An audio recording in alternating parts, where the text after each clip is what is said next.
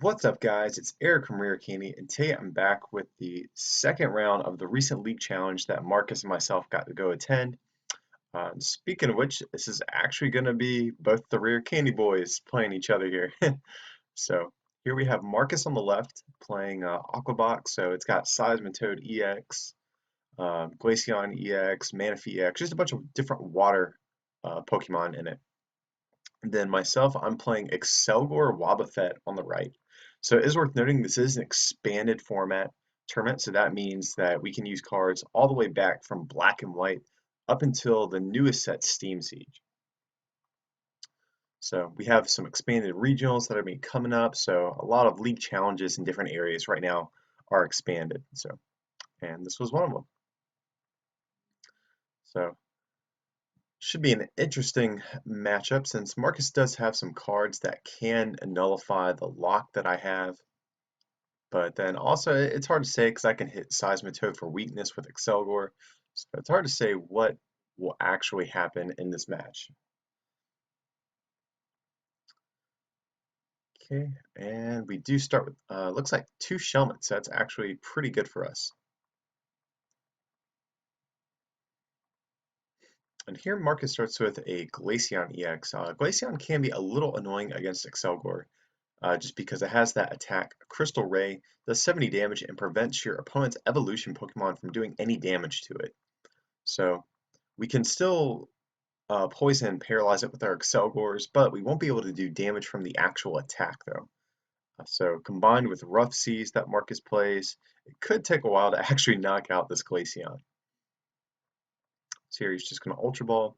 I imagine he's probably going to grab himself a Hoopa EX. That way he can grab out a lot of different pieces out of his deck. So I think he's just looking through to see what all he has. And as I expected, yeah, it's going for the Hoopa EX. Probably grab maybe a Manaphy EX, a Seismitoad, and not sure what else he had in his hand. Maybe he'll grab himself a Shaman. That way he can draw some more cards too. That seems pretty good. So at this point, Marcus actually doesn't know what I'm playing yet, so he probably wants to draw through as much of his deck as possible. Because a lot of times you'll see Accelgor get paired up with stuff like Trevenant. And Marcus does know I run Forest of Giant Plants, so he might also be anticipating a Vileplume potentially. So he's probably just trying to play down as much as he can this turn.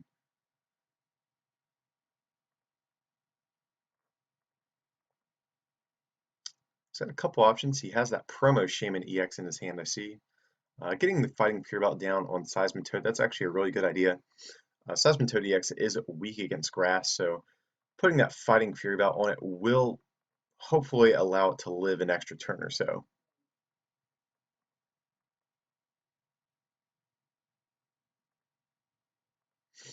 Okay, so I'm going to grab a Force of Giant Plants, which is definitely what I want to see on the first turn, and I have the DCE. So off this end, I'm really hoping to see probably a level ball to grab an Accelgor, or just an Accelgor straight up. And probably at least one more bench Pokemon because we don't want to use deck and cover and promote a new Pokemon and only have one Pokemon in play because that kind of opens us up to getting, maybe Marcus using like an AZ or something and knocking out our only Pokemon. So for you guys who aren't too familiar with Accelgor, it's a card back from Dark Explorers in the expanded format now. But it has the attack deck and cover for a DCE. It does 50 damage. It paralyzes and poisons your opponent. But you do have to shuffle the card and all cards attached to it back into your deck. Also does 50 damage. I forget if I said that. So we're basically just trying to use deck and cover like we just did there and promote some sort of wall Pokemon every turn. That way it's kind of like a soft lock. We could have played Trevenant for like a harder lock. That way they can't play item cards and switching cards. But here I'm just opting for Wobbuffet here since I figure it's an expanded tournament. I'll play Wobbuffet since a lot of people are probably going to play things like Keldeo and Zoroark. And here Marcus is just reading over Ninja Boy. Marcus actually hasn't been playing a lot lately. He's been super busy with, I think, 4 jobs. So we built this deck actually the morning of the tournament. So his pace of play is a little slower than it would normally be, which is unfortunate in this type of matchup because Accelgor takes forever to take knockouts, and then Marcus has rough seas on top of that. So um, it can be kind of hard to complete games against decks that run rough seas.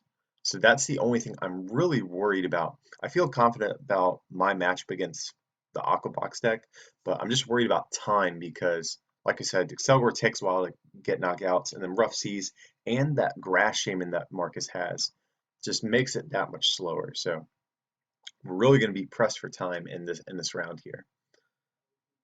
So it is unfortunate that this I did get paired up against Marcus, who hasn't been playing a lot lately. So, but it's okay. It's okay. He wants to make sure that he does everything right, so I don't blame him for taking his time. So that seems good. Playing the Sycamore. Okay, he does have an N in his hand, Ultra Ball, another Toad, I think a Trainer's Mail and a Max Elixir, so he definitely has some options here. What does Marcus really need this turn? That's the thing. He doesn't run any switching cards outside of AZ, and he's already played a supporter for the turn, so I really don't know what else he's would really be hoping to get here. I did see a computer search off that Trainer's Mail, so I would imagine he'll probably want to grab that for next turn. It seems, yeah, that seems great to me.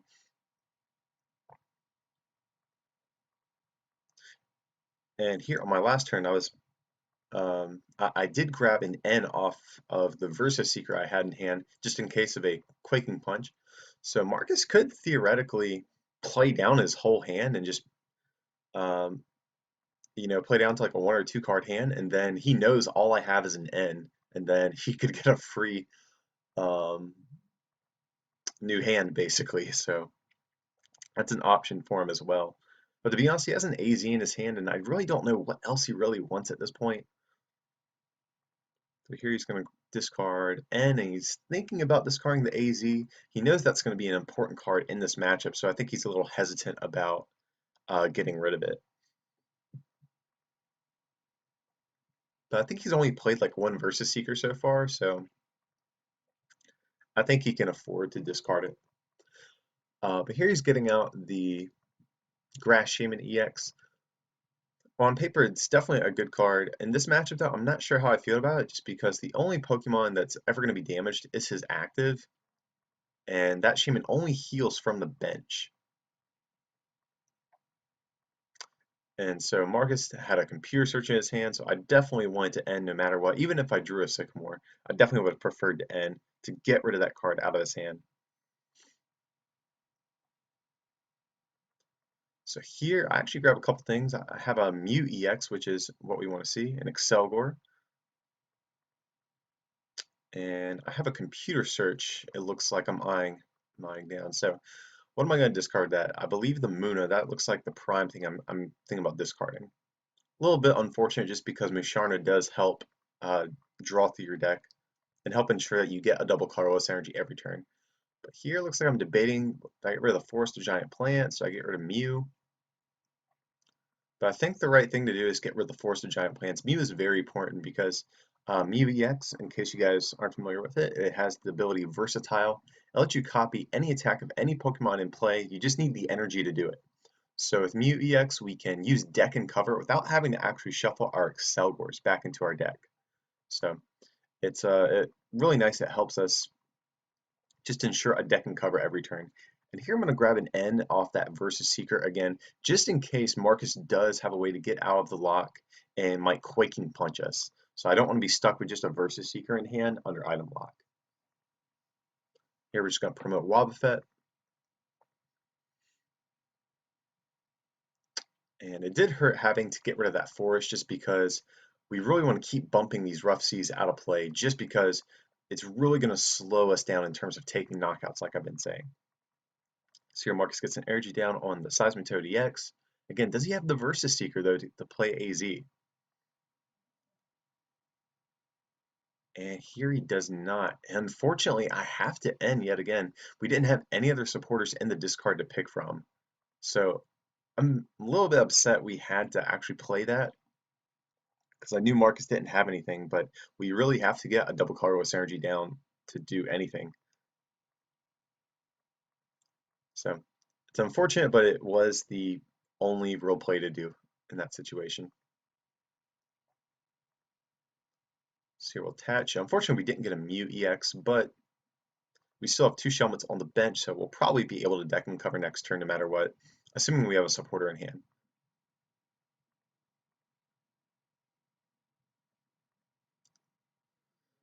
So I can't tell it's in Marcus's hand, but I'd imagine he'd have some options after that end.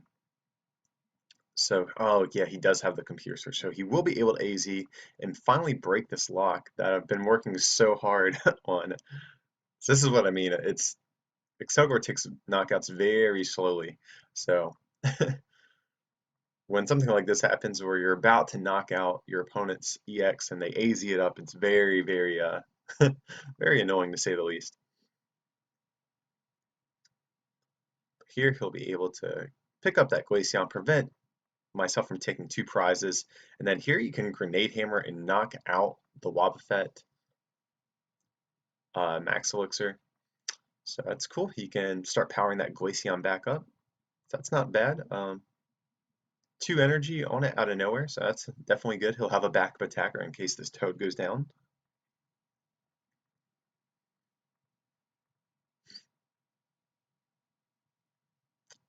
Okay, I'm not sure what else he has to work with, but he can Quaking Punch, which might be annoying, but I think Grenade Hammer might even be better. I'm not sure, because Marcus does need to take some knockouts here.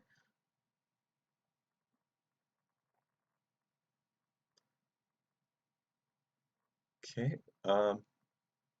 so I did have a Sycamore. I did have to discard DCE, which is annoying, but we really have to draw into an Accelgor and start getting this lot going again. So Verbank City Gym, that's great. We finally get to bump one of Marcus' stadiums. Here we'll do deck and cover. It'll do 100 damage because of weakness, and then the Verbank City Gym will bump it up to 130 damage in between turns from poison. But Marcus does have the stadium to get rid of it, but we did still get some extra damage on the board, so that'll be good for us.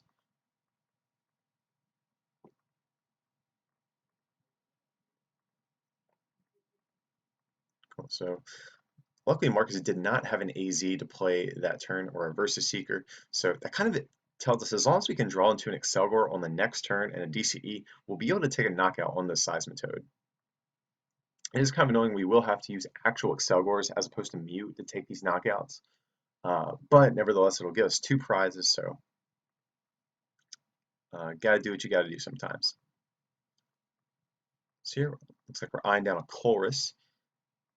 So definitely a supporter I was happy to be able to use in this tournament. One of my favorite supporters that's rotated. So it's a cool card, lets you shuffle your hand into your deck and draw equal to the number of benched Pokemon that both players have. So we do know for sure we both have a supporter to use here. There's an Ultra Ball off that Trainer's Mail. We might want to grab that. That seems great. That way we can grab ourselves an Accelgor. Okay, so here we'll get rid of a Sycamore and an N. Here I'm opting to evolve the other Shelmet. I only had 3 of the Shelmets with the Yawn attack for a colorless energy, so I had to use one of the ones from Dark Explorers, I believe it is, that attacks for grass energy. So I wanted to evolve that one. That way we leave ourselves with the option to use Yawn on that other Shelmet, if we ever have to for some reason. So not a big thing, but just trying to optimize our chances of, winning and having the most amount of different plays available to us.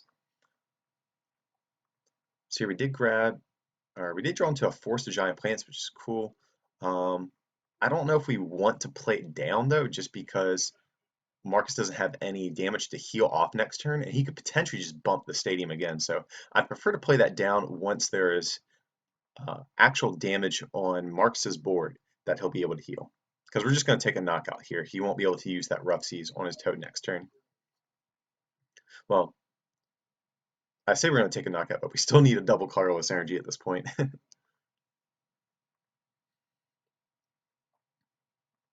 So we are playing. Oh, okay, so we have a Verbank in hand for next turn. Gotcha. So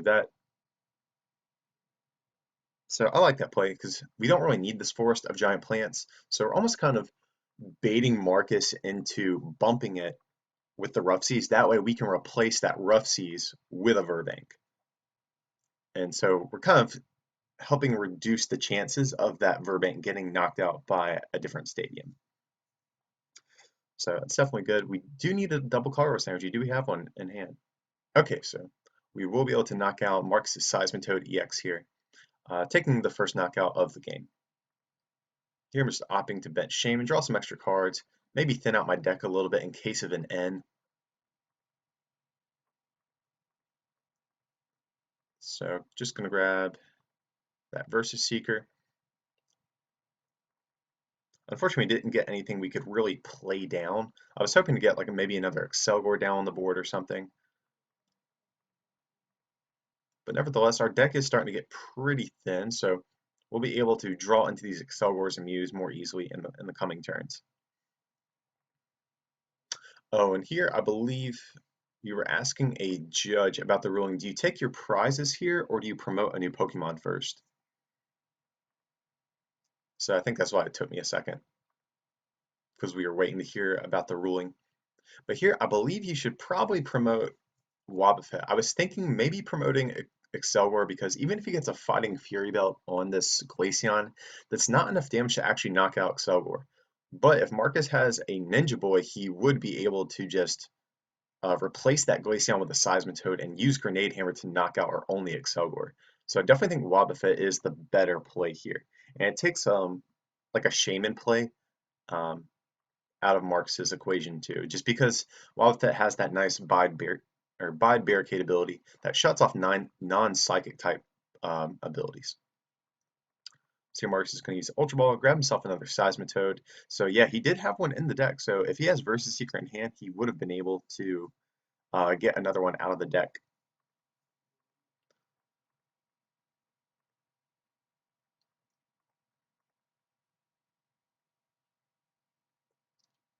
So what do you do for Marcus here? I don't know what all he has in hand.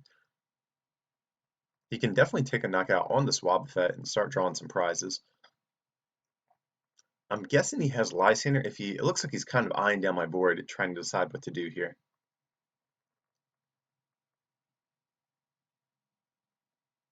And he has a water energy. I might actually, because I think I saw Versus Seeker. Yeah, if I'm Marcus, I might just Crystal Ray, take a knockout, attach to Seismitoad.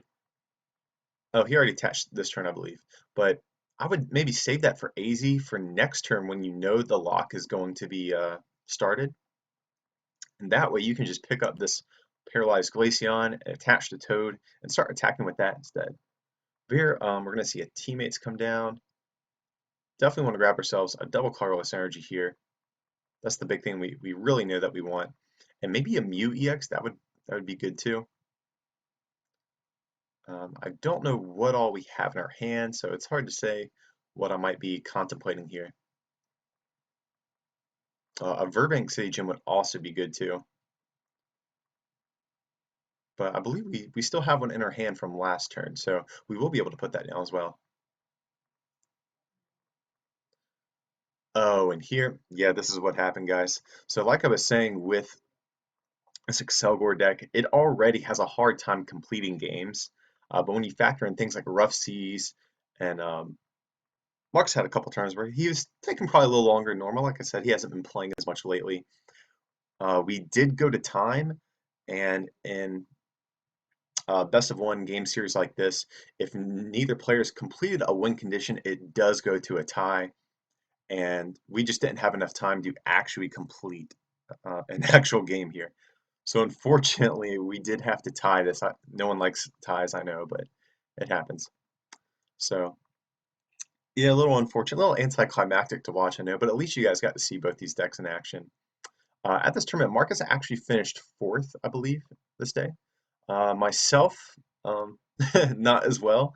I did tie a couple of my games, so that definitely hurt me, which was kind of annoying because the games I tied were actually matchups that I was pretty confident about, but Excelgor just takes forever to actually uh, actually win. So that's what happens. It's probably not a good deck choice for a league challenge, but me and Marcus, neither of us really prefer expanded, and we're not really going to any expanded regionals. We're going to standard ones, or I know I am at least. So I just figured I'd play like a fun deck today at this expanded league challenge. But anyways, guys, I'll stop rambling. Like I said, this is the second round of this league challenge. We have two more coming up. So be sure to like and subscribe, and don't forget to check out our merch over at rarecandytcg.com. Pick yourselves up a playmat like that awesome Seismitoad one you see down there, maybe a t-shirt or something. Help support the channel. It'd mean a lot to us, guys.